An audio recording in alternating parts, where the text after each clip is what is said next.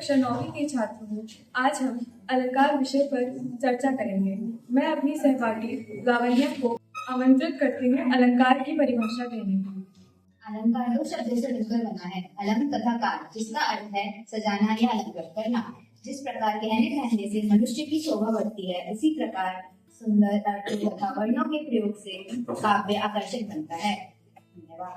राघव राजा राम इसमें रावण की आवृत्ति बार बार हो रही है, जिसके कारण काव्य में चमत्कार प्रकट हुआ है।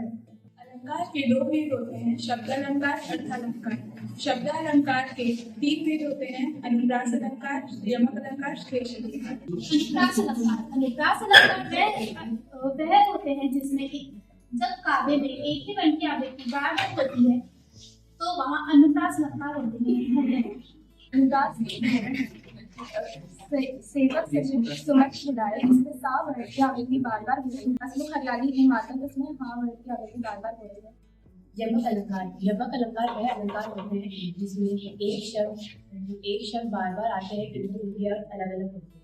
यमक अलंकार के उदाहरण कुछ इस प्रकार है, जैसे काली घटा का घमंड घटा। यहाँ घटा शब्द 2 बार आया है और दोनों के बाद इसका अर्थ अलग है। पहले शब्द में घटा का अर्थ है काली घटा यानी काले बादल, और दूसरे उसमें काली घटा का अर्थ है कम हुआ, अर्थात यहाँ पे यमक अलंकार आया।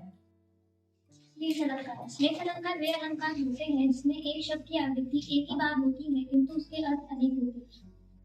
अच्छा उदाहरण मंगल को देती पट बार इसमें पट शब्द 2 अर्थ बताते हैं, पहला वस्तु और दूसरा किवाड़। अर्थात आज हमने अलंकार को समझा। धन्यवाद।